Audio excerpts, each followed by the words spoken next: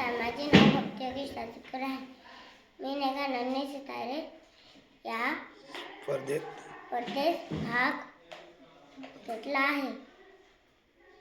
मी एक कथा सांगणार आहे. एका घरात 2 मांजरा होत्या. एकीला पोळी सापडली, मग दुसरी आली. मग ते म्हणे माझी आहे. मग वर होता वांदर, ते म्हणे, मग ते झाडावरून उडी मारली. मग ते म्हणे थांबा, मी नाही का तुमची बाटली करून देतो. मग नाही का त्याने पोळी घेतली, त्यातून अर्धी केली. आणि ते नाही, मग मांजरा म्हणे नाही, हे सारख्या नाही आहे, मला सारखी पाहिजे. मग त्यातून एक अर्धी केली.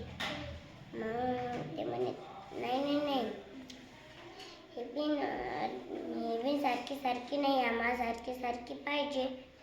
मग त्यातून एक अर्धी केली. मग ते म्हणे नाही, हे बिन सारखी नाही आहे. मग त्यातून एक अर्धी केली. मग ते म्हणे नाही, हे बिन सारखी नाही आहे.